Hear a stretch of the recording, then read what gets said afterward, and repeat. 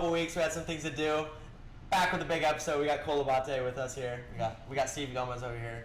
I don't know what he's doing here, but let's go, guys! Massive guest today. We're back, Abate. So let's just get right into it. So Cole just got back from Kazakhstan. He had a big tournament there, and I want you to give us a little summary of what happened in Kazakhstan. I know you're there with Zach. Yeah, we talked to you a little bit about it this morning, but we didn't talk too much about it because we wanted to, have some stuff to talk about tonight. Yeah. Start off with just like arriving there. What was it like when you got to the airport? How was the airport? Yeah, so we had a long trip getting to Kazakhstan. It was definitely an adventure getting there. We had probably the biggest trip that I've ever been on, and it was like 13 hours to get from LA to Turkey, and then another 6 to go from Turkey all the way to Almaty. So it was definitely a long road to get there for sure. What was it to Japan? Was it not longer? I think Japan's like 10, 11 hours, but you can get like a straight flight from LAX to Japan. I think with this one, most of the time you have like a layover in like Turkey. But arrived there. Pretty much the rest of the guys from the Moldova team were already there. Me and Zach got there like 4 or 5 days before just to kind of get acclimated and get used to the altitude. And then when we got there, we met up with everybody at the hotel. We had somebody waiting for us at the airport, and they took us straight to the hotel. We got right to our first session, and then kind of got acclimated and met everybody. One thing Zach said this morning is, like, he said the altitude was crazy, and like training up there, it was a lot harder to breathe. So like being there, like, was it actually harder to breathe? Was it weird? Yeah, I mean, when I was a kid, I actually competed in Colorado one time, and that was like my first experience competing and training in altitude. So I kind of had an idea of what to expect. I mean, your mouth gets like super dry, so I think the only thing like that can really help you get used to that is like, of course, getting through the first 3 sessions, but also thinking about like being super hydrated. I was drinking like more water than I normally did, especially after going to that first session. I mean, our team was pretty stacked anyway, so it was like tough rounds with everybody. Yeah. So after every round, your mouth is like dry. You're wanting water. So like after that, I knew I had to get some fluid in me between sessions and definitely before the competition. Yeah, that's crazy, dude. When you train at altitude, like you feel like you have no cardio, like on the first day, and then like normally by the first or second day, you kind of warm up. Dude, I was thinking like, bro, imagine like you're on a weight cut and like your mouth's already dry, but then you have to like deal with that altitude and your mouth being more dry, and like you're still not able to drink a lot of water. You can drink more water, but like having like double dryness, like that'd be so I think bad. Something that helped us out a lot, and you could definitely take into consideration, is that with this tournament there were breaks in between the match. So the format was a little bit different for this tournament, and going into it, we kind of had that in mind already. It's something I had never done before, and something we were kind of planning for. But like basically, you do a 5-minute round. It's basically like an MMA fight, but what you would do for jiu-jitsu, and it's like a 5-minute round. Half is no points, and the rest is points. And you have like a 1-minute break in between rounds. So none of my matches actually ended up going to the rounds. Some of Zach's did of course, but it was kind of different. Something you had to plan for, and I think it kind of helped in terms of getting used to that altitude. You had a little break in between rounds. You could go talk to your corner, and then of course drink water and stuff. So so I think that helped out a lot for sure. So. I was thinking about that. I was like, do you stay on the mat, or you actually get to go talk to the corner? I think a lot of the other teams had done the tournament before, so when I was studying my opponents, I kind of tried to pay attention to that too. And funny thing is, like, a lot of the guys, what they'll do is they'll go to their corner, and they've got like 5-6 dudes in their corner, and they're all massaging the guy. Oh, dude, yeah, I saw one of the matches. The guy lays down. Did you see? No. The guy lays down in the middle of the round off, and 6 guys come out like it was a NASCAR freaking pit stop and start massaging this guy, dude. It was a pit crew came out. I thought Luigi was there. Well, it's you always have those. There's some matches that like I think push your adrenaline a little bit more, and those are the times that like, man, your forearms get like super sore, or like you're having cramps or whatever in between. And I think that can come into play for sure. And like those guys were taking advantage of that for sure. Or like if you hold like a triangle, I know like if you hold a triangle and like you're squeezing for a while and you're not able to submit, like my legs or my calves, my thighs are like always cooked after. Just anytime you have to like flex, right? For like squeeze for a while, and then you don't end up like when you expect to get the submission, you kind of leave it all out there. Did any of your fights go to the second round? No, he said no. All of them. No? All of them I finished Yeah. in the first round. Yeah, so you didn't even have to deal with that. In fact, in my second match, I knew the guy would be a little bit tougher. I saw his previous match. He looked a little bit more physical, a little stronger, and I think he was better at avoiding getting to the legs or getting underneath like to X guard and trying to sweep. And I knew that kind of going into the match. And after feeling him out the first few minutes, I kind of saw that it was going to be a little bit harder like to get to a submission. But like the goal was to get to a good position and finish before the round, because it's only 5 minutes. So if you get 5 minutes and then there's a break, when you come back, you don't start in the same position. You reset back standing, and whatever you did in the last round, like you won the round, but you have to rebuild everything again. And as the match goes on, people get more sweaty, they get slippery, and like it becomes a lot harder for you to get to those dominant positions. So I knew that my best chance of getting to a dominant position and submitting would be in the first round, because it'd be dry and it would be a lot easier to stay tight. And he'd, of course, have some advice coming from his corner, and they'd kind of know what to expect going into the next round. So the goal is just to get to a good position, to get underneath and expose their weakness, which going into it, after studying them, I think that was getting to the legs and finishing with some kind of leg attack. And that's what I was able to do in both matches. But that guy in the second match, he was a little bit tougher. And whenever I remember I got underneath, it was probably like 3-4 minutes in.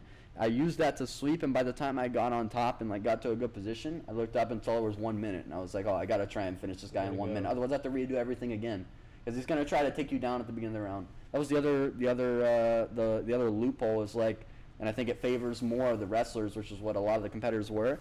Is like at the very beginning of each round, the only set of points that counts is takedowns. So the second half, any points counts. Is basically ADCC rules at that point. But the first half is no points except for takedowns. So knowing this, you pretty much expect all these guys from Dagestan are going to be shooting right off the whistle. Like I was expecting the guy to shoot right away, and if you can make contact and pull, it's no points. Like you don't get a negative or anything. So as long as you make a grip, it's basically IBJJF at the beginning of the match. You just have to pull guard and pull safe. But if you grab like just a wrist grip, you can pull. So it's a little bit more lenient than IBJJF actually. It's like all you need is contact. Because what I saw a lot of the guys doing was like the guys would like wait for the guy to shoot and kind of like lay on them and just sit down. Yeah, if you notice what I did in my first match compared to the second, the first one I actually made a grip and sat like you normally would in IBJJF if you're trying to stay safe.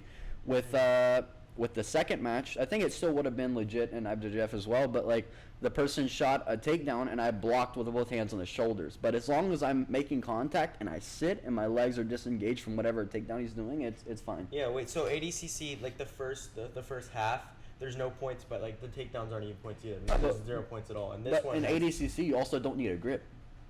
Like if we shake hands, I can just sit down and I don't need but you get the penalty either way. That's what I did at ADCC. Is like I would just sit, shake hands, and then sit down. Yeah, that's different. Was there like a different game plan? Because I know like over here, but in America, like all the guys are more traditional, and we have that style, the Brazilian jiu-jitsu. But like over there, they're from Dagestan, and a lot of them are more like wrestling oriented. Did you go into that tournament with like a different style or a different game plan compared to like how you'd fight here? Yeah, I mean, I studied a lot, and I study a lot of the guys I fight and know I'm eventually going to fight, and this was kind of an opportunity that came up out of nowhere, so I wanted to be as prepared as I could, and I started looking at footage of the guys, and we had like a group chat with all like the team, and there was actually a guy in Kazakhstan that was doing the studying for us. Like he would send us the links of each of the guys. He's like, oh, this is the 76 guy, and he would send the competitor, and then it would be like, oh, go to this video. It's like 5 hours long, and then he would like set the time they have to go to watch the guy. It's like that guy's the goat. No, in Kazakhstan. Yeah, like if you were doing the studying, you'd have to go through and go hit skip every 10 seconds.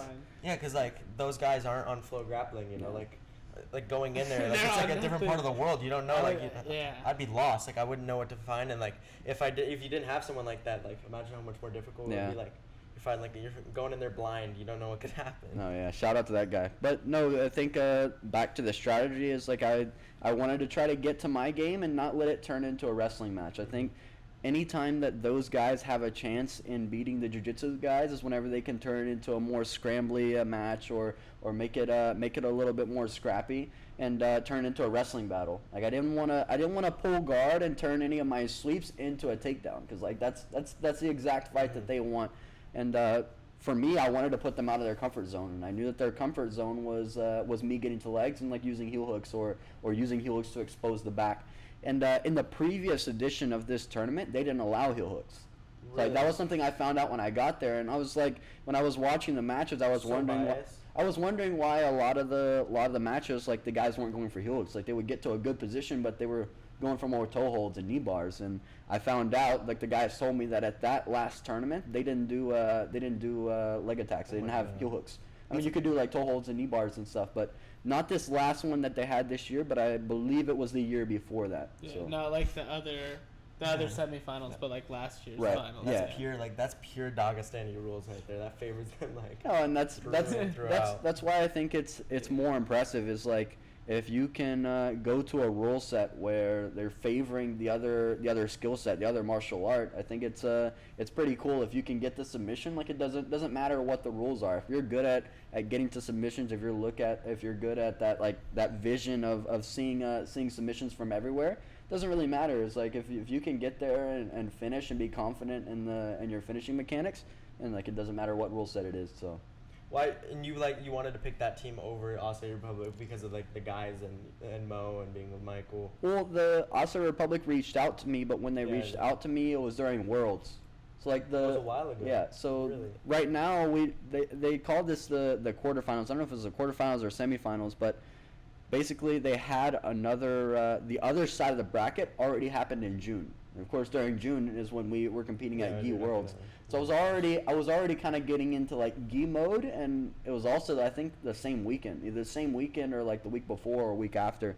But that's when the other side of the bracket was happening. So it wouldn't have made sense for me to go to that team and be in Kazakhstan during Worlds. Yeah, it wouldn't make And sense. I also already was like hearing talks of like Mo building a team, and Mo had talked about that with me before. So I kind of had an idea that I'd probably be part of his team, and wanted to kind of stay loyal to him. Oh, so you don't know if next you're going to be going to the semifinals or finals? You don't know that? No, the next one is the finals, but it's in the finals. it's the finals, but there's 4 teams. So I mean, there's going to be a semifinal before the final.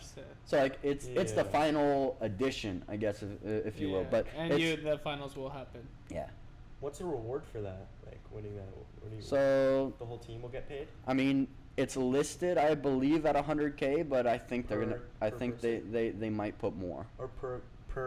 For the whole team. Oh, so if we have like 7 to 10 athletes, like I think it's pretty good amount of money for what we're doing, and especially it being like a team tournament, and I think these guys like are pretty wealthy out in Kazakhstan, so I think they're getting into jiu-jitsu and looking to invest even more money. So who knows, maybe it'll be an even bigger prize in the future. Yeah, it's super sick. I remember when we were like running and we first started talking about you being on like the Moldawful team. Like we were just on a run. And, like I don't know if he just messaged you then or like that day, but he was like you started texting him on the run and we were like talking about it, and then there you were like a couple weeks later doing it. Yeah, because what I heard is like that day we were on the run, I saw that there were like multiple people per weight class. And when I saw that, I got a message from him, and he was saying, "Oh, like if I wanted to be part of the event." And he didn't really know my weight because the last time he saw me was 80cc. So he was like, "What weight are you gonna do?" And I was like, "Well, I'm not doing 65, and that's 65 is what the division was." And I competed 66 at 80cc, and I was like, "Dude, I'm far from 66 right now." So I told him I'd be down to be at 76, and if he needed an extra person, that I'd be there. And he said, yeah, like we're probably going to do 2 people per division for the majority of the brackets, just because there would be 4 teams, and they wanted to be able to put a different person depending on the matchup. So they had that ability to put whoever they wanted to go with a certain person just based on the favorable matchup. But originally there was supposed to be 1 person in the smallest weight and 1 person in Fabrizio's weight, but it got a little messed up with one not being able to make the weight and the other one not able to compete, right? Right. So I think what happened is Taliesin had some issues with his travel. He wasn't able to make it, and they found a friend of Gabriel Souza's who was already in Kazakhstan. Breno. So his name's Breno, but like the only Brazilian in Kazakhstan. Man, shout out to Breno. Breno was able to step up. No, and what I found out is like Breno doesn't really have like that many training partners. Is like I think he only teaches kids, like he teaches kids classes. And he studies. I don't know if he's in Brazil or if he's living in Kazakhstan, but for whatever reason he was in Kazakhstan. I don't know if he was there to help Gabriel or what, but he was there and he was ready, and there was literally a few days notice, and he stepped up, and man, he went out there and put on some wars with these guys, and he didn't pull guard either. He like wrestled these guys, so that was what was jumping in the fire. That was what was even crazier. It's like, and he went out and like, man, he put his heart on the line. It was pretty cool to see. And then, so there's originally supposed to be Zach and Gabriel in that division, or in the division above. Or no, Zach was supposed to be in the smaller one, right? Yeah, so Zach was originally supposed to do. And Gabriel was alone. Was supposed to do, what was it, 62? 62. So that's like 132, I think, and that's a little bit lower than, or actually a lot lower than what you would do for light feather, which is what he's been competing in the major competitions lately. I don't know how and then that's crazy. Then he found out that like he had to move up to the next weight class because Gabriel wasn't going to end up doing the weight class at 65. So I mean, Zach was already pretty low on weight and getting close to that. So when he found out that he could move up, he was pretty happy. And I think it would have been, looking at it now, I think it would have been hard like to travel that far and like be training in altitude, like losing weight like that. It wouldn't have been good. Yeah, it would have been super There hard. was one of the guys there actually from the other teams ended up missing weight. Oh, really? Yeah, one guy, it was Zach's opponent, the one that he finished super fast. He missed weight. So what happened? He got like a penalty? No. Funny thing is, like, he was on our flight from Turkey to going to Almighty, and he was on the flight, and I was like, man, like this guy over here, he looks like he's like ready to fight, like he's like going to fight. We didn't know if he was a part of the event or not. We just saw his ears and saw cauliflower ears, and we're like, man, this dude like has been through some stuff. Like this guy's no, we knew he was a wrestler and looked pretty high level, and we had no idea it was part of the event, but he looked like who's Aljo's teammate? Marab? He looks exactly like him, and we just started calling him Marab. We were like, oh hey, look, Marab's on our flight, like this guy that we saw at the airport, and the dude's name is actually Murad. His name is Murad, not Marab. His name is Murad, and he was part of the event, and he ended up fighting Zach. We just thought it was a random guy on our flight that was just a wrestler. Dude, what are the odds? His name was Murad, and he was gonna fight Zach. But this guy ended up missing weight, and he was missing weight. He would go and step on the scale, then he'd jump off, and he was spitting in his cup, like trying to lose a few ounces. Did he get penalized? So I don't really know how it works. The rules penalized. The rules said that if you missed weight, you had to start down by 4 every single round. Oh, then like. Yeah, so like you have to submit the guy if it's at that point. I mean, unless you're just much better than the guy. But if you submit him in the first round. But I don't know why they didn't start with the guy 4 points down in Zach's match. I mean, it didn't really matter anyway. Zach got the finish and was the fastest submission to. That was that match. That was that guy. So that was the guy. So I mean, it was. Shout out to that guy then. It was a good highlight. Yeah, I mean, we went with the mentality of like, man, regardless of what the rule is or how many points you're down, like just go out there and like try to finish. We knew the weakness, we knew our path to victory, and I think that's what helped us in this tournament is like recognizing that there's an easy way to win and there's a hard way to win. Some people will take the hard way to win, and you can still get the win, but like it definitely makes it a lot closer than it should be. Mm-hmm. So like if you watch my matches, I wasn't going out there and trying to have a tough match with the guy. Like the easiest route was getting to the legs. Like that was their weakness. So. Yeah, and I think you saw that with like all the guys that played like the more like modern no-gi jiu-jitsu game. Like were all able to submit, and then there were some guys on your team that were like, they're more like the type of jiu-jitsu that's scrappy and like explosive, and they kind of wanted to wrestle more, and they had tougher matches, even though. Like, I'm sure on a technical level their jiu-jitsu is better. They know more techniques. Just, like, choosing that, like, basically, like you said, like, there's a hard way. And they chose the hard way. And, like, you could even see that on your team. One question I had, though. You guys, like, all the teams won 2 and lost 1, right? Yeah, so it was kind of weird. How did that work? It was pretty funny because we were actually talking about before, like, oh, man, like one of the athletes from the team, I think it was John Hansen, he pointed it out. He was like, oh, I was thinking about it, like, what if so and so gets wins 2 and loses 1, and then everybody ends up winning, ends up having that same record. Everyone could have 2-1.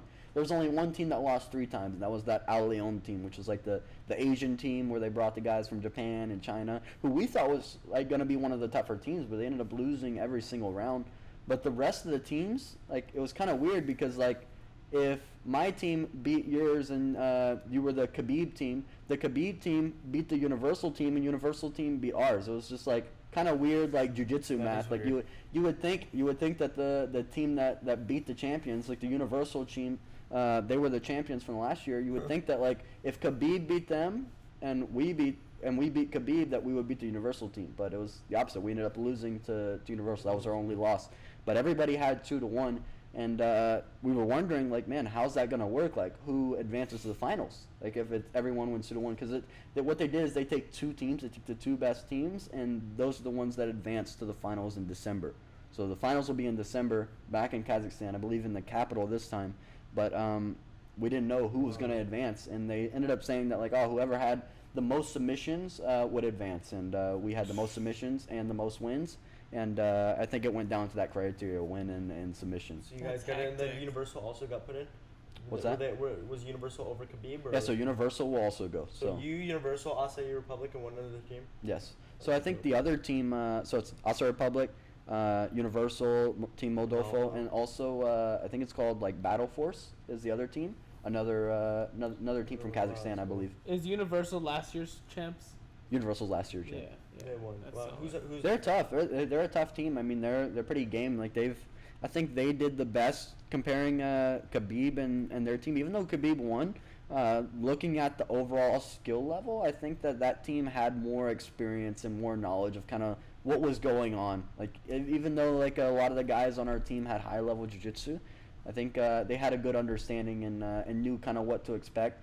And they put up a pretty good fight and ended up winning and getting the best of us. It was funny because I was the second to last fight, and my match is what tied it. So, like, so there were seven weight categories, and my match tied it at 6. So the last fight was up to Fabricio and the guy that he was fighting from Universal. Fabricio ended up losing, and that's what cost us the team. So as soon as I finished my match, like before, I knew I had to win because, like, that was our only chance to win. And even though we ended up losing, we were still gonna make it. But, like, we wanted to win. We wanted to win first. We wanted to be, like, the champions of this edition. And going out there, like, I knew I had that on my back. Like, dude, I gotta come out here and tie this so that Fabricio. Well, because we all kind of expected Fabricio to win. And of course that didn't end up happening. But right after my match, Mo was like, "Yeah, man, we needed that. Like, I got the submission too." So he was like, "Oh, like they're like hurt now. Their confidence is down. Like we're gonna finish them now." And that was kind of you guys off guard. Yeah. Well, I mean, anything can happen. And like I said, there's an easy and a hard way. And I think Fabricio's game is based more on takedowns, more on scrambles, and getting on top. And I think that's what kind of cost the victory. Got a tough guy that was good on the feet as well. Both guys were tired, and it was a tough match. It was a close decision too. A lot of people thought we won that, but I mean, next time we're gonna try not to let it get to that situation, right? And Fabricio told me that afterwards. It's like that he would have strategized a little bit different if the circumstances were different. Like, so. Do you think he should have strategized more and, like, going into that match, like, he should have realized what that guy's game plan would be and maybe switch up and attack the feet more? It's hard to say what he should have done or what he could have done. I mean, you can always say, like, shoulda, coulda, woulda, like, but yeah, I think the main takeaway is, like, as a high level black belt competitor, this is, like, what I try to follow is, like, regardless of the situation and regardless of who it is, you should feel comfortable at any moment in the fight. If you're playing guard, if you're on top, if you're standing, and I think that's what I try to do. I try to focus on every area and see what I can fix, and then I start making the effort to fix that certain area.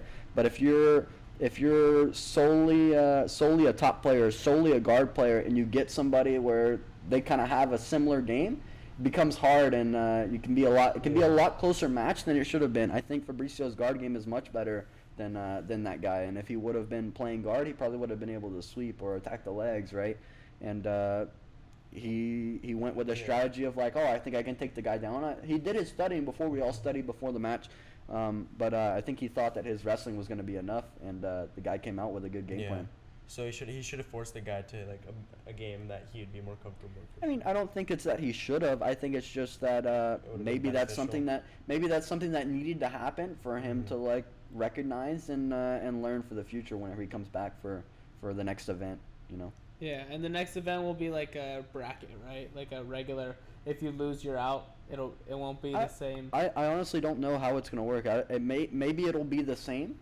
Maybe it'll be the same format, and just whoever if just like this time, if they have the same record, whoever had the most individual wins or whoever had the most submissions will end up winning. Because I think the reason we won is because one of our divisions that we did, I think we went like 6-1. Yeah. Right. So when we fought another team, there's 7 matches. Yeah. So I think we won 6 and then lost 1, or maybe it was 5 and 2. Oh, and then compared to Universal beating you, like what, 3-4? Yeah. So if Universal fought Khabib and Khabib ended up winning, I think it was like 4-3. So it was a lot closer. Right. And Universal beat you guys 4-3 as well. That's Yeah. But we had one really dominant round, so I think that's what won it. And then if you match the same amount of wins, then it goes down to who had more submissions, and we had more submissions, I think. That's solid.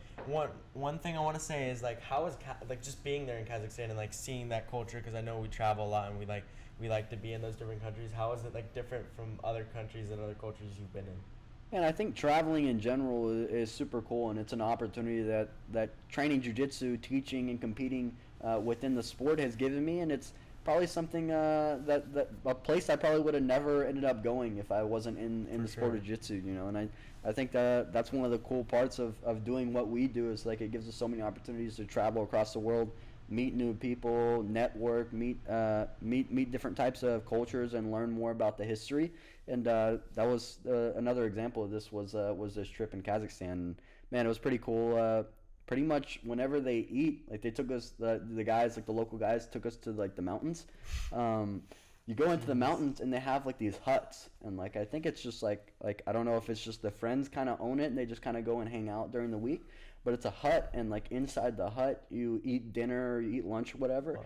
And then there's a huge sauna. Like it's not electric either. It's like a fire, and like it's underneath of some metal, and it's similar like we have here, but man, it was the hottest sauna I've ever been in. It was something like I've never seen before. It wasn't a sauna, that was a furnace, dude. No, that's what it was like. It was like pretty much a furnace. Yeah. No, but that's cooking coal alive. Ice cold doesn't need to be cooked. When the Net Boys went to Dagestan, they were in something like that. Remember, like in the YouTube video, we could see that they talked about that, and they went into this like room. That was like a sauna, and they said it was like the hottest thing that we've ever been in. Yeah. But what they do there is so like I said, it's a hut, right? It's pretty much built out of wood. But they said like, oh, this hut can be taken down and rebuilt in 2 hours if we want to move somewhere else. And I was like, man, like it looked like amazing. There was no way they could build that in that long. And they were like, oh yeah, 2-3 hours, we can take this and move if we want to go somewhere else. But what they do is they eat dinner and then they hop in the sauna. And they keep repeating that. Like they don't eat a lot in their first. It's just part of the culture. Cool. It's like it's just kind of like the social thing. It's the social thing to do. I think sauna is like a big deal out there. So like it's just what everybody does. So they eat a little bit and then they hop in the sauna and they're just talking, doing whatever. And then you go back and you eat again. They just kind of keep going back and forth until they're full. Wow, that's crazy. So you're just like sweaty. And you just eat. But you have a robe on. You have a robe on, and then everybody's eating in their little sauna hats, like the little sauna hats they have to keep your ears and your head from burning up. Everyone's in their little robe, and they sit down when they eat. So you're sitting on a pillow, and there's like this applesauce. Yeah, like there's this big long table, and they just have a whole spread. Like it looks like Thanksgiving. It looks like Thanksgiving in Kazakhstan, but like that's pretty much every day.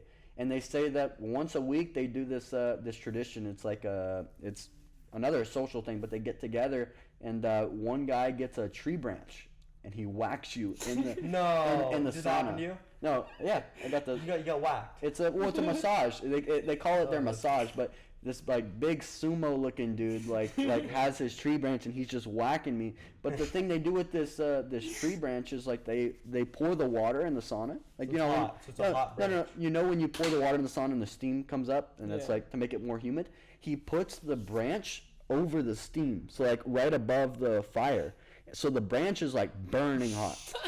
And like he tells you, he's like, oh, if it gets too hot, let me know. But like, just so you know, it's gonna be hot. Try to manage the pain. try to withstand it. And like he's like, it's gonna get hot. And like he'll hit you, and he's hitting you hard. Like there's somewhere like he hits like fast, and then there's somewhere like he whacks you.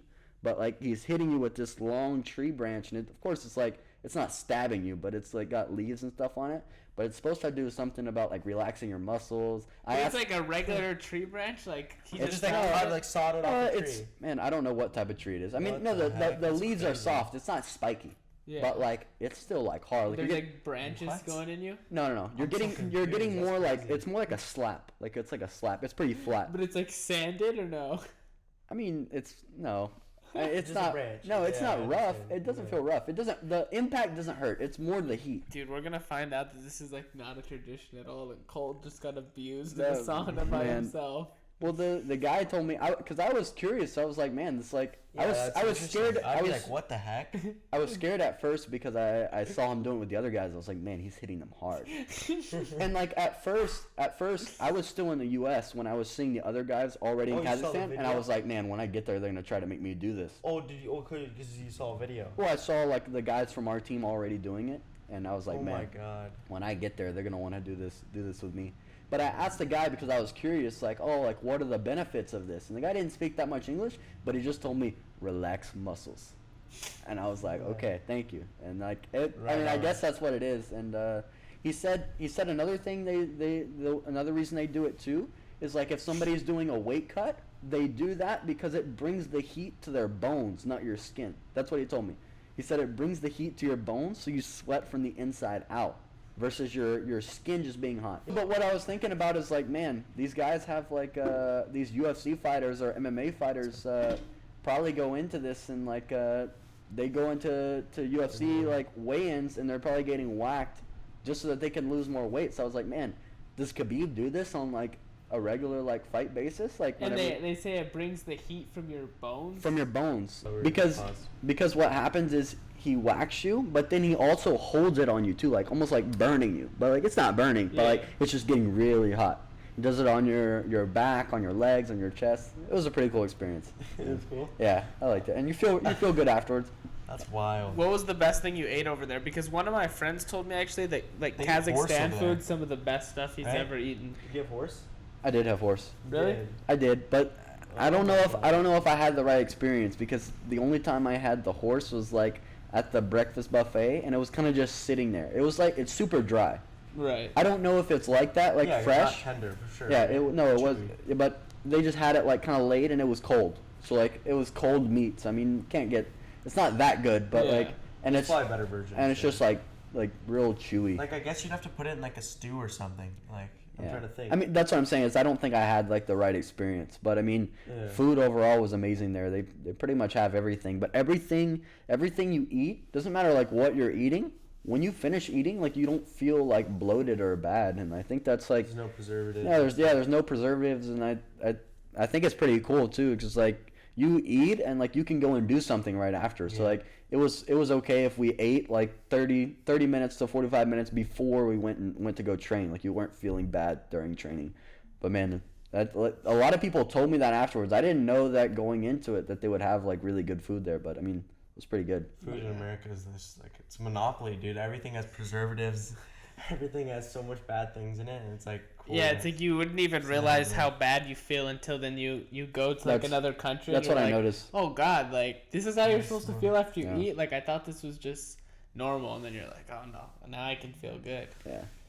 And like, how does it compare to going to Japan? Because I know you were in Japan recently, Australia, and you're in Kazakhstan, and we're in Paris, and you've been so many places all over the world throughout the year. What do you think? Like, what do you like the best, and like, how do you think they compare, and like, how are they different? Man, I think anytime I can go somewhere where I know people in the area, like it's always a good experience. Of course, you favor the things that you like more that you do on a regular basis, or sometimes you favor the place that like you do stuff that you normally wouldn't do in your regular routine.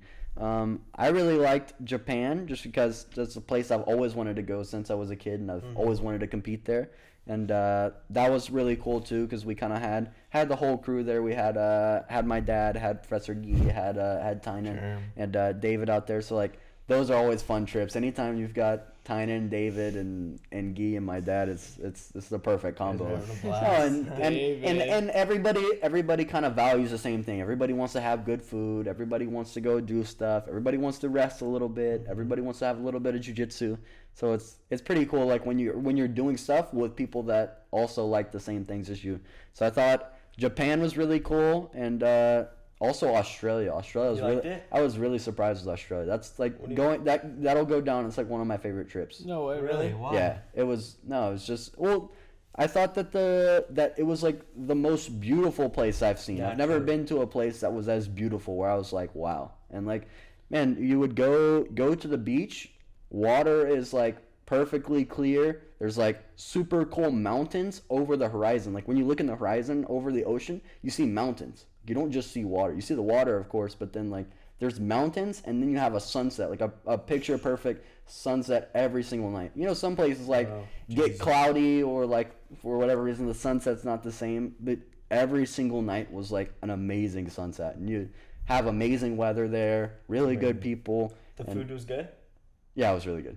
Really good. Yeah. Nice. It was similar to the way that like in Kazakhstan everything like felt really clean. Everything felt clean there too. That's everywhere. Nice. Yeah, besides the U.S. Australia, I would go there. I'm just kind of scared of seeing one of those like massive spiders or something. You know? I was scared of the sharks at first, but when I got there, like I just looked at how pretty it was and wanted to go in the water. Like You could see a shark, right, if it's clear. I'm so scared of sharks. We went to this lighthouse. So like there's like a lighthouse at one of the top of the mountains that people go up to watch the sunset. So we're like sprinting up this hill to make it all the way up to the top, to make it in time for the sunset.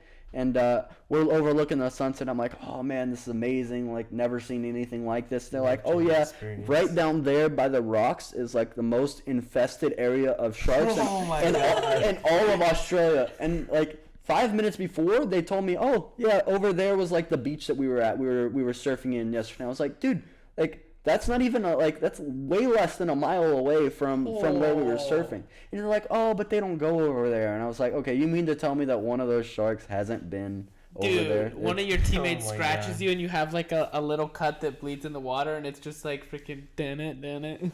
I was scared at first, but whenever I saw everybody in the water, I was like, man, these guys do this on a regular basis. Like, they know what's going on. So I was like, man, if they're gonna get somebody, I hope it's not me. No, I'm so used to that stuff because I've surfed my whole life, and I've seen sharks like close by, but I've never been really scared. You've never seen a shark? Yes, I have. No, you haven't. Yes, I have. I've seen sharks. Where have you seen a shark? Dude, no, I swear, I'm going. Dude, I'm going Shark out to Week surf. on TV No, doesn't count. all right, listen. I'm going out to surf, and there's a seal. Okay, and my dad, my brother, and me are looking at the seal, and we're all looking at the seal. And I went and surfed to the left, and they went and surfed to the right, and then we like meet back up, and dude, we see they said the seal like got bit right in front of them, and like I swim back over to them, and dude, the seal's bitten in half, like right next to us, bleeding out in the water. Oh my god! Like I swear to God, like it was bleeding out. Did you see the shark? No, they did. I was gone because I wasn't surfing with them. They said it went boom, and just reached out straight on the Shark Week. They could have mistaken Dom for a little seal out in the water. Dude, I couldn't. Dom didn't have enough meat on him back then, dude. Little skinny Dom. He's still no, I swear, I come over there and then like the seal's like floating, like cut in half, like bleeding. I'm actually looking at getting a megalodon tooth right now. Really? How big is that? Big, I mean, they're not that big, but like, I mean, it's pretty big. It's probably like this. That'd be pretty cool. How much is that gonna be? I don't know. I mean, it's a couple $100, but I don't like. I think it'd be cool to like have on display in a house. Put it on a necklace. What if it has a big? So those are like legit, like megalodon teeth. They're like. Yeah, they actually go in like South Carolina and go dive. They find them every day. I think that's like the most populated area, like infested area of like teeth. Imagine Cole's getting like a lab-made tooth, and it's like. It's fake. Upcharged. No, but like you can buy them from the scientists. So like I was looking at a site the other day. So why was it like, oh, megalodon's like a myth? Like it's not a myth. No, it's not a myth, right? No, there was. The myth is that they still exist, right? No, yeah. No, they for sure lived. I mean, there's proof that they lived. It's not that. It's not that they didn't live. The myth is that they're still around. But there's no way that they're still around. I don't. I Think, don't. 'cause I they don't. would've- I they don't would've know. If, combined I don't know if they're it. still around. I mean, there's I don't- some proof. I watch like theories and stuff on it It's hard to sometimes. say. But like, man, like that's like the majority of our world is water, and like, What is it, I feel like we're 70%? still fairly new to like learning stuff about it. No, it's like something crazy. We've only explored like 2% of the world, Yeah, it's or like 2% of I think the it's water. like 6%, but Something still, like it's that, if it's yeah. anything under 10, that's like remarkable. It's Like gnarly. it's like 70% water on the earth, and we're Yeah. like, so if we've only explored 10% of the water, it's like we've only crazy. explored like 40% of the earth. Yeah, but I feel like a shark or a megalodon would have come to like a populated area and like been sighted for sure. But 'cause, dude, like, what if there's just like, I don't know, like a freaking fish city underwater, and the megalodon has enough fish down there to eat? They're in like deep sea, and it's tell you. way too far. Maybe don't know. they could have evolved like good sight in the deep sea water. all right. Back to the culture. Let's talk about us being in Paris and like where do we think Europeans is gonna be next year? And I'm excited for that one. And I wouldn't be mad if it went back to Rome. Yeah. I didn't get to go to Rome. Yeah, because that's what I was very saying cool. is I never got to go. Steve you went. went. I'll show you guys Steve's around. got to go. Hey, I'm like a Rome local. Steve, European champ. I like Our boy Paris. Jamie. Back- Jamie behind the camera came with us too. Back when Steve was a light featherweight. I know, Steve was small Yeah. back then. Back in the Yeah. day. I think it was probably Rome that ruined it for me. Like, too much carbonara. I had a couple more light feather runs in me after that one. I liked Paris a lot. No, Like, Paris was cool, but I went to Paris when I was a kid too. So Oh, like really? I Oh, already, really? yeah, I went. I think I was like 12. I went for British nationals. It was like because when I was a kid, they didn't have that many like IBJJF tournaments. there was British just nationals Japan's and was American there? nationals. Yeah, so yeah. Oh. That was Or it. no. British It was nationals. Yeah. sorry. It was in London, and then Yeah. afterwards we stayed like 4 or 5 days in Yeah, 'cause Paris. that's it. There was British nationals, American nationals. Then they had Kids Pans, and I believe they had like a Long Beach Kids Open for the kids. International. Yeah, That's what it was. Long Beach. That was it. There was like only 4. Now they have so many opens for the kids. The kids are so lucky and so fortunate to have that. Yeah. What about during COVID when they didn't have juveniles?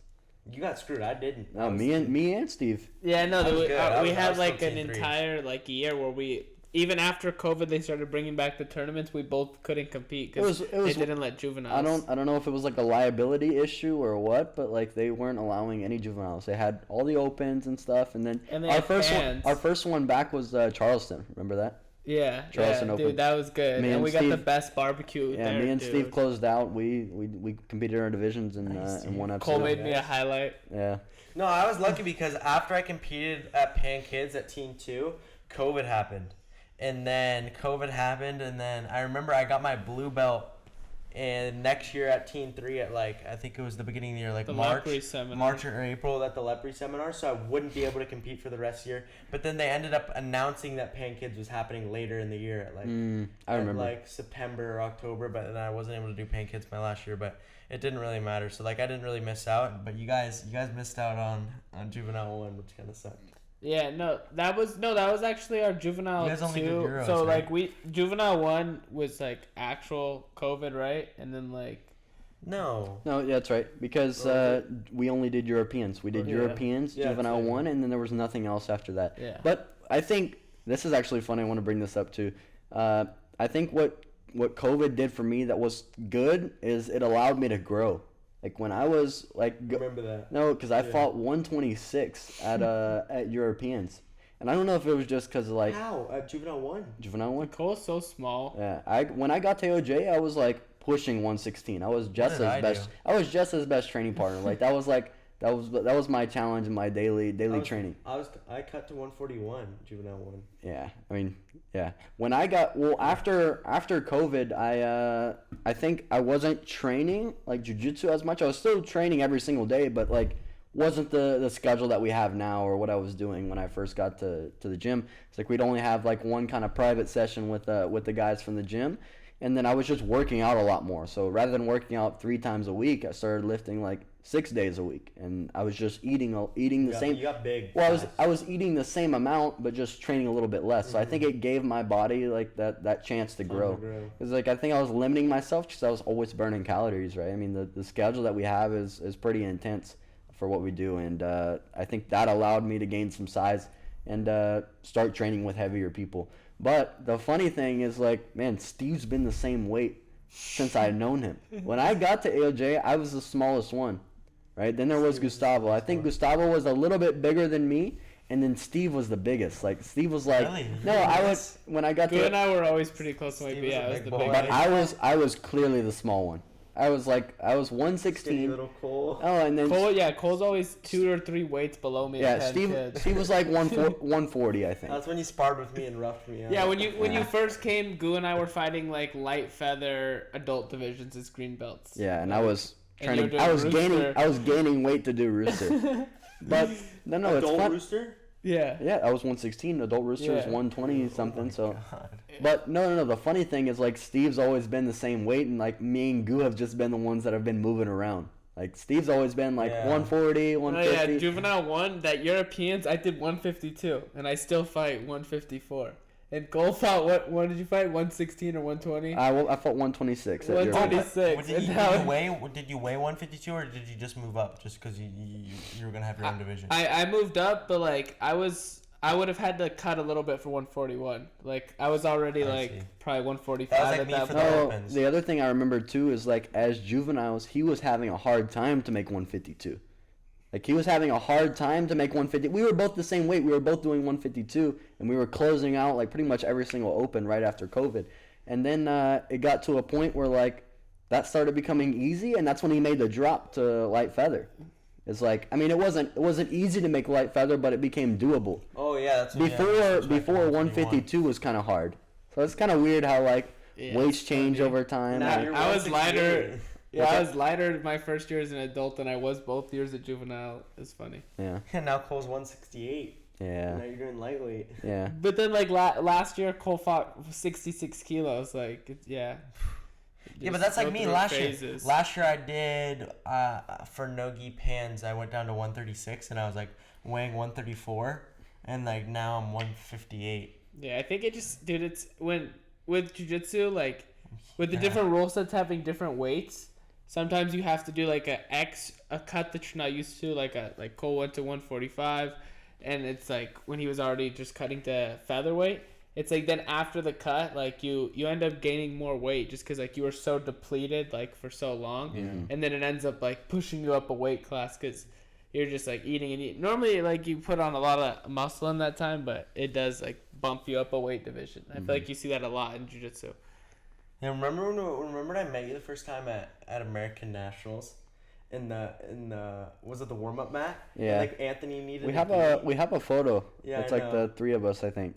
I'll find I gotta That was one of my last competitions before moving to AOJ. That's kind of when like it was kind of in talks and like we were still deciding. I think I went to visit AOJ the week after that tournament because I think I stayed in Vegas for a few days and then we went to California. We went to Costa Mesa, and that was kind of when we were thinking about moving. My dad had got a job opportunity to move out to anywhere we wanted.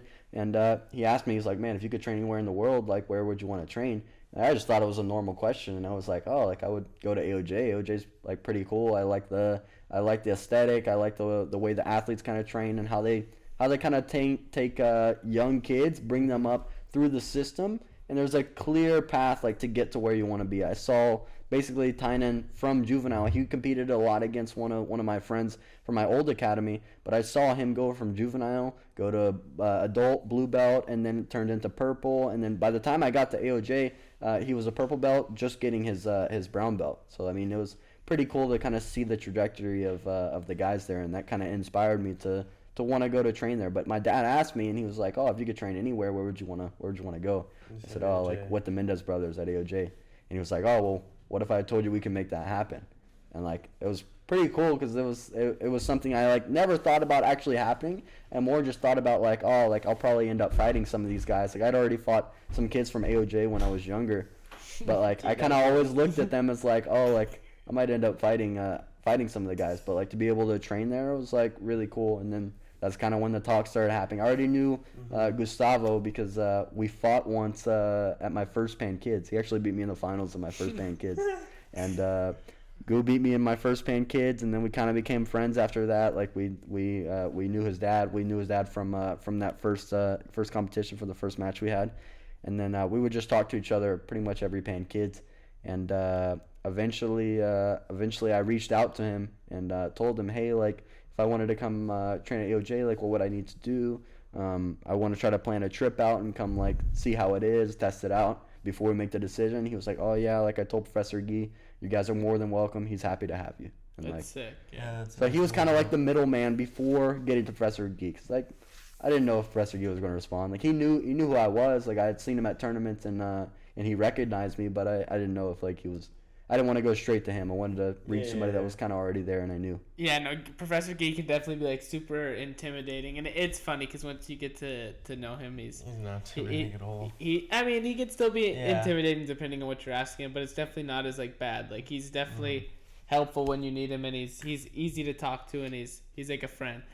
But, you know, you were bringing up, like, your old academy and like getting to move to California. I wanted to, like, talk a little bit about like, before you came to AOJ, what it was like starting jiu-jitsu, and then kind of what led to that point to come to AOJ. So you already talked a little bit about that, but what was it like when you started, or, like, what was the reason you started jiu-jitsu in the beginning? Yeah, so I was 5 years old. Originally, I was born in Beaumont, Texas, like a small town in Texas, like San Antonio? East Texas. Yeah, it's nowhere close to San Antonio. It's like It's like south 4 or there. 5 hour drive to get to Beaumont. But Beaumont's like close to Louisiana, so I mean, Oh shoot! So pretty far into the country. But like that's like where Wow. my family still is to this day. Like most of my family from both my mom and my dad's side. My mom's side's closer to like Port Neches, Port Arthur area, and we kind of just stayed in that area, and I grew up there until I was 5.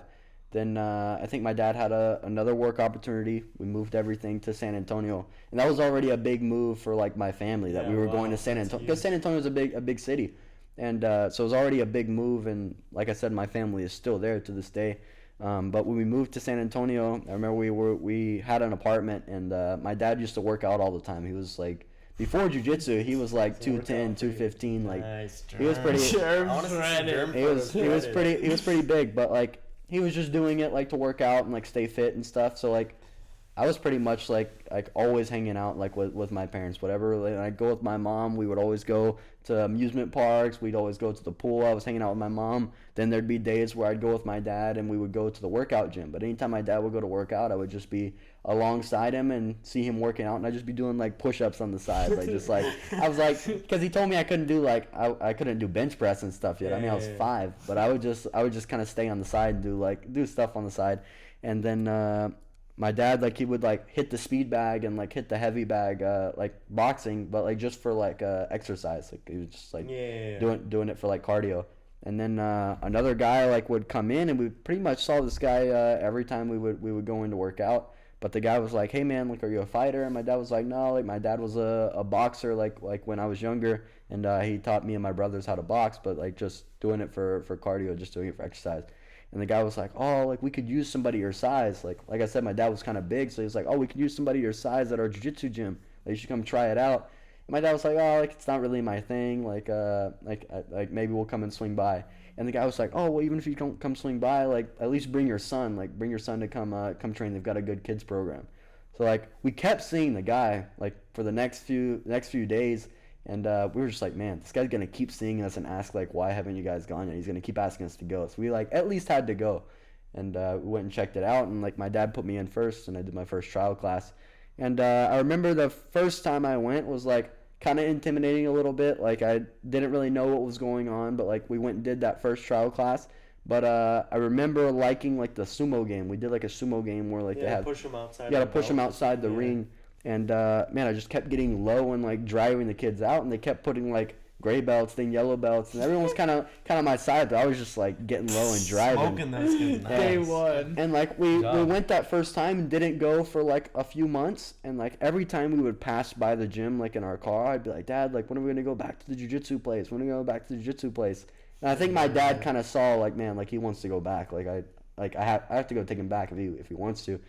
Went back and like loved it ever since. Like I said, the first time was like kind of weird, a weird experience. I didn't really know what to do, but I just like would get low and drive for the game. Like I just loved the game, and I wanted to go back. I also saw that there were like kids that were actually good at jiu-jitsu like on the mats too, and I was probably thinking like, man, I want to learn to do those techniques. I want to learn to get good. And I think that kind of made me wanna come back and have that urge. And my dad brought me back, and it took off from there. It turned into us training every single day, to eventually like me quitting other team sports. I played a lot of team sports when I was younger, so like, and when you're young, not everybody like has that desire to win, and like they're kind of just goofing off like a lot of the times.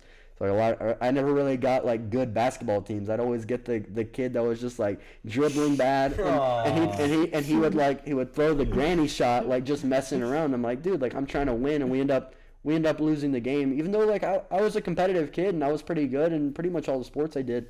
Basketball, baseball were like the main ones, and I remember just like going to those classes and realizing like, man, I don't need that kid that's gonna like make the missing or gonna do the missing shot, and like he's gonna cost us the game. Something individual. Like in jiu-jitsu, you need your team to train, but it's all on you to put the work in and reap the results. And I kind of learned that early on, so I knew that like the harder I trained, the more techniques I would learn, and then that would bring me results.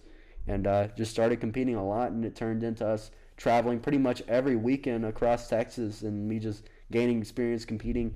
And that eventually turned into traveling across the country, going to paying kids for the first time, seeing that there was another level of jiu-jitsu. Because it got to a point where like I was pretty known on like the local scene and like competing as like a yellow belt, but like I had never faced like someone doing barambolos and X guard and stuff like this. Like I was just kind of like the brawler, like the kid that like, man, I was just like tough. I was a tough kid. But like I went to that tournament and saw that there was another level to jiu-jitsu, like going to pan kids. And I think like, man, Gustavo plays a big role in my development. I think like I always pay that off to him. It's like, man, he made me realize that there was another level of jiu-jitsu, and that, man, people travel from Japan to come to this tournament. This is like the biggest tournament you can win. And I just thought like, oh, it's gonna be like tough kids, just guys I'm used to facing in Texas. But like, man, it was just another level. I mean, I only lost by an advantage to him, but like to know that there was another kid that was like world class and like training every single day, multiple times a day, it was cool to see, and I think that motivated me to compete and travel even more. That's how it was for me. Like, always as a kid, like I did baseball as well, and like I had travel ball for baseball, and I did a lot of swimming. And I remember like having that choice with my parents, because like things started to get bigger and I trained more and more, and like I'd have to dedicate my time on just one thing. And I remember having like my parents asking like, oh, do you want to do swimming or do you want to do jiu-jitsu? Because like they both started at 5, because I started my training at 5 and then swimming started at 5, so I had to pick jiu-jitsu. And then I always remember like when I was 9, 10, 11 years old, I was doing travel ball, and like I would go from like a travel ball game in the morning and then go do like a jiu-jitsu competition, or vice versa. Like I'd do a jiu-jitsu competition and then I'd go to like a travel ball game on the weekend, and I'd have practice. And like I just remember like loving jiu-jitsu so much more, and then quitting those sports and focusing all my time on jiu-jitsu. Yeah. What do you think, Steve? No, you just did jiu-jitsu. I did soccer and baseball. I just sucked at the other sports. Like I finally did jiu-jitsu. I was like, man, I'm finally good at something. Like I'm gonna keep doing this. No, but I sucked at like everything I played. Dude, my dad was the coach of my soccer team, and he would like set me up like right in front of the goal in like the age where there's not even goalies. Like there's just like smaller nets. Oh, but there's no goalies, and like, dude, I'm just whiffing shots. Like, man, I had the sickest cleats, but I wasn't scoring any shots. And then I started getting like I remember like I got messed with in school one time. Like some kid pushed my head into like the urinal in the bathroom when I was in like 1st or 2nd grade, and like I like barely even remember this. My parents always like bring it up to me. Like I had a big bump on my forehead. And my dad's friend, like that he worked with, his son was training jiu-jitsu, and he recommended it, like, oh, it's good for self-defense. I think he was already telling my dad like that we should try it, and then like my dad brought that up, and then it was like, yeah, you should do that. So on my first day, I came in, and I remember at the gym I trained at, they didn't have any like rental gis or anything. They just had like the gis to buy, and they only had a couple gis. Like, my parents were going to buy me a gi, like $100-something gi for something, like, they didn't even know I was going to do again. So I just did it in, like, like, I had a rash guard, luckily, and just shorts. And then there was another kid that trained on his first day that just had, like, a Perry the Platypus t-shirt and, like, some shorts. And I, like, did the class, and, like, yeah, I just remember, like loving it. Like, it was fun from the beginning. Like we would mess around, and then like right away, like there was like one kid that was like a higher belt I started being able to like do good with, and it was like I need to beat this kid. Like I got like I don't know, it kind of bugged me. I didn't like the kid that much, and like I knew I had to beat that kid, and that motivated me a lot. And then once I did my first competition, like it was a done deal. Like man, I loved competing.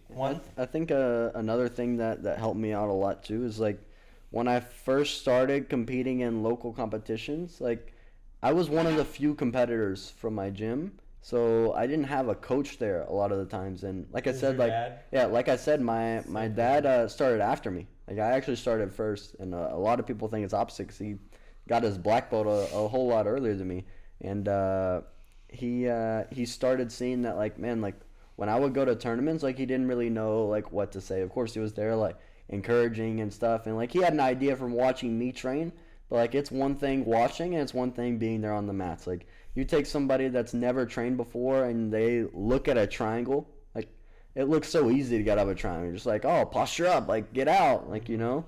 But like and put anybody in a triangle, it's like one of the worst positions you could possibly be in. Like everything is closing in. You're like confidence Can't even is stand up with someone that has a good triangle. confidence is zero. Like it's like one of the most like devastating like positions that you can use because there's little you can do, and you just feel like you're helpless almost. And like I remember like having competitions where I didn't have a coach, and like my dad started training after that because what would happen is like my professor always kept trying to get him to jump on and start training. And what ended up happening is like my dad would give some joke like excuse like every single time, and then eventually my dad was like, oh, like I don't even have a gi. Like my professor's like, oh, like when are you gonna start training? He's like, oh, I don't even have a gi. And he was like, oh, wait a second. And he went and like grabbed like the gi he won worlds in and like, oh, here's your gi. And like now he didn't have an excuse. So then he started training after that. But I think that helped me a lot is like having a parent that also did the sport, like to help if there was ever a need, right? And of course it gave me a bond with my dad where like, man, we still train every single day. He's like my first round every time we start fundamentals class. So like it's been something cool that like we had like a bond and something we could like talk about, you know, when we get home. Yeah, I wish my dad trained. Yeah, no, my dad and I remember when I was like a white belt, like my dad did his best and he would always like, try to like teach me stuff off of YouTube, and there was like definitely in the beginning I think like it did play a big role because like I had a professor that like he wasn't like enthusiastic about like having a like kids win competition or anything. He was just like happy to pay his bills like and just like have a like house. So for me to improve, like he wasn't gonna teach me modern jiu-jitsu or like any like special techniques. Like there was bad kids in the class, so like he could get away with just teaching Americana and like Oompa and stuff like all the time. Yeah. So you know, my dad started looking up techniques and like just even teaching me like stuff like a belly down arm bar and like just like stuff that I wasn't learning in my gym. I started hitting those moves in competitions, and I'll never forget like one morning we drilled like the first time I ever learned belly down arm bar. I drilled it on my dad like on my bed, and we did it like 5 times, and I hit it like in my match that day in the tournament. Like and so we always tried to hit stuff, and like that's cool. Like we always tried to drill stuff at home, and it definitely helped. And then the other kids, their parents would try to teach them stuff. So like we all kind of like had a little bit of different like crazy YouTube techniques going on in the academy, and I think it just like we all learned like a little bit of different stuff from each other, and it made that environment good. Even when we didn't have a professor that was like trying to build the competition team, like we made it right. Like competitive with each other. I think that was super cool when I was like first starting. For me, it was always cool because I started training at AOJ. Like I was like I never trained anywhere else. I started at AOJ, and like I think my technique was always good, but my dad always tried to like change my mentality and make me try and train harder. And like one thing I vividly remember is my dad showed me a video of you when you were younger doing like doing a voiceover, talking about like, I train like 3-4 hours a day. I live in the gym. I have the keys, and like I just remember I remember my dad just telling me like, dude, you need to be like him. Like if you want to go far, you better be like him. No, that was I did like a mini documentary. Yeah, like that. That's what he showed me as a kid. I think it's still on YouTube. It's actually a pretty cool video. Like when you go and like watch. I think it's called like the Rise of Abate or something like that. But I was an orange belt. Man, I get so many parents and so many kids that tell me they've watched that video and like that like changed it for their kid, because I think it's one thing when like your parent or your coach is telling you, and like it's another whenever it's like someone your age like actually doing it, and like it makes it more like doable. Like you see someone else doing it and you're like, oh, I want to be like them, or like if he can do it, I can do it, you know? For sure. Yeah, I saw that video. I'm like, dude, I might be slacking. Like, you're in there training so much. Because I only train. I think I trained like 2 hours. But like I had to go to school. And were you going to school too? I was pushing sled pushes with Dom's weight. I know, every day. And Dom was doing junior like lifeguards and like riding his e-bike around with Ant. Yeah. I was having a good time. What are some tournaments we have coming up? I know both of us are not doing jiu-jitsu. You got the Grand Prix coming up against Dudu. Oh yeah, so we gotta talk about that. Like obviously, I'm sure almost all of our fans know you just recently got promoted to black belt. You've already had 3 matches in the black belt, right? 3 matches, and they've all been no-gi. And you're gonna have your first gi match next week at Jiu-Jitsu Con. So it's against Dudu. How are you feeling about that first gi match in the black belt? Yeah, I think it should be a super cool experience. It's actually my first gi super fight since blue belt, I think. Really? I don't think I've had a gi super fight since blue belt. Who's number 1? When you did that first ever who's number yeah, the one where me and Gustavo were on, Tynan was on, Jesse because the other ones were no gi, right? Yeah. Everything else was like, I pretty much started competing at high level no gi competition as a blue belt juvenile too. Bird. Yeah. Who did you fight? What was the other guy's name? Ned Johnson. I fought Bird, and then I did the who's number 1 bracket, which was when I first fought the black. Yeah. But this one should be super cool. Like I said, it's like my first time competing in the gi in a while for a super fight, and against Dudu, who's an up and coming black belt as well. I've been seeing him come up through the ranks. He's always been older and a belt ahead. I've always seen him in his matches with Zach. So I mean, I've watched him a lot, and we'll definitely do even more studying going into the match.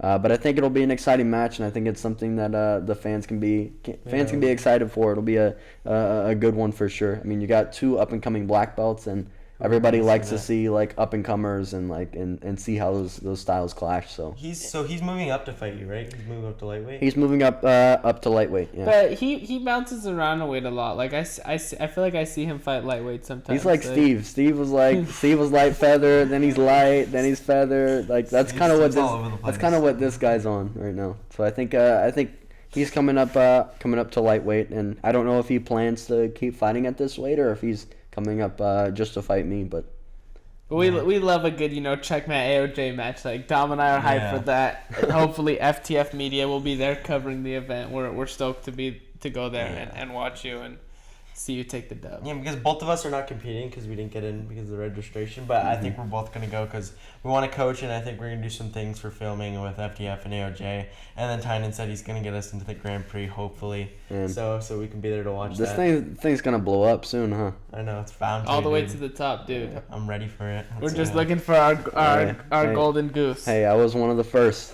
Hey, I have those videos. I was going through our Dropbox today of like all the clips, and we have like the original videos of like you sitting here on the couch with like the first day we tried to film. Us like warming up, trying to figure it out, giving suggestions. We filmed our promo and stuff. Started from the bottom. That was the beginning. Like it was weird. That phase was like we didn't know what to do, and like we didn't realize. I don't know. Like we had a big vision for it, but like we didn't like have a set plan, and we didn't really know what we wanted to do and like what we were gonna do. But I feel like now like we're really starting to figure it out, and we're starting to plan, and we're starting to make goals, and I think it's gonna be a lot better now. Oh, in a few years, like you guys are gonna look back on this very podcast and be like, man, like back in the day, like this is what our podcast looked like. It's gonna keep getting better. Like as you guys keep like progressing and like doing more of these, like man, I think it's gonna blow up. When was the last podcast you did? You did a podcast online recently, right? I did an interview recently with Abate. I did a podcast a few months ago. It was actually like outdoors and like standing. So I was like standing for like 2 hours. I think it was like a 2 hour podcast. How was that? I mean, it was good. I mean, once you get the conversation going, it's pretty easy, and I'm pretty used to talking and stuff. But that one was like outside, so that was a pretty cool experience. I don't know how I do as I do as a guest on another podcast. Like I feel so much comfortable being the host. I think it's easier though. People are like asking questions. You don't have to think as much. I feel like we put a little bit of work into like making sure that we're prepared for the podcast, and like you kind of lose if you're the guest. Like you just go on and like you just have to be yourself, and like we have to make sure that we have some stuff for the guest to think about. But like you were saying before, Cole, like growing the podcast, like and hopefully in a couple of years, like we're planning for that, and we already like one big thing that we have coming is that we got like our new location that we're gonna be filming at, and we have some artwork that's gonna be going up in the background, and we're already excited to be upgrading the location. Some more business plans as well. Yeah, hopefully we'll keep growing. We don't want to spoil anything. We'll never forget our number one supporter. Yep, that was me. Abate. I can't wait. And like Rob, we're gonna have to do a couple more collabs in the future. For sure, we'll definitely get revamps. Cole on multiple times in the future. Thanks, Cole, for being here with us today. And like Dom said, we'll have you on more in the future. This is just the first of many. For sure. Thank you guys. My boys.